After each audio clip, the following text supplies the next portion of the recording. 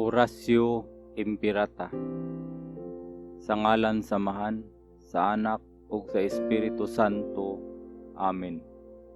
Ginoo among Amahan, midangop kami kanimo sa among mga panginahanglan, ug nangamuyo kami sa imong panalipod batok sa hulga sa 2019 novel coronavirus nga mitakboy sa daghanang mga tawo ug mikalas sa ubay-ubay na nga kinabuhi.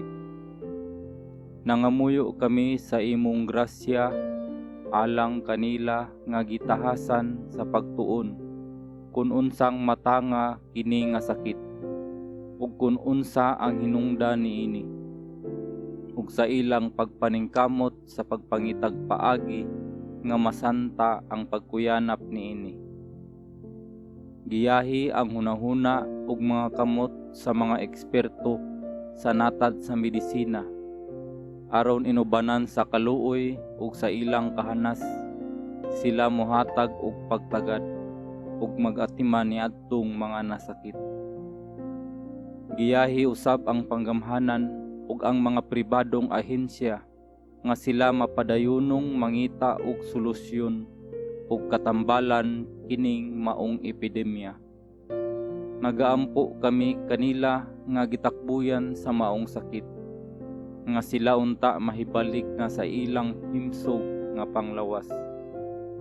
Ihatag kanamo ang grasya sa kanunay nga pagpaningkamot alang sa kaayuhan sa tanan, diha sa pagtabang sa mga nanginahanglan. Kini among gipangayo pinaagi sa among Ginoong Hesukristo, imong anak nga nagapuyo ug nagahari uban kanimo ug sa Espiritu Santo, Dios nga usa hangtod sa kahangturan. Amen.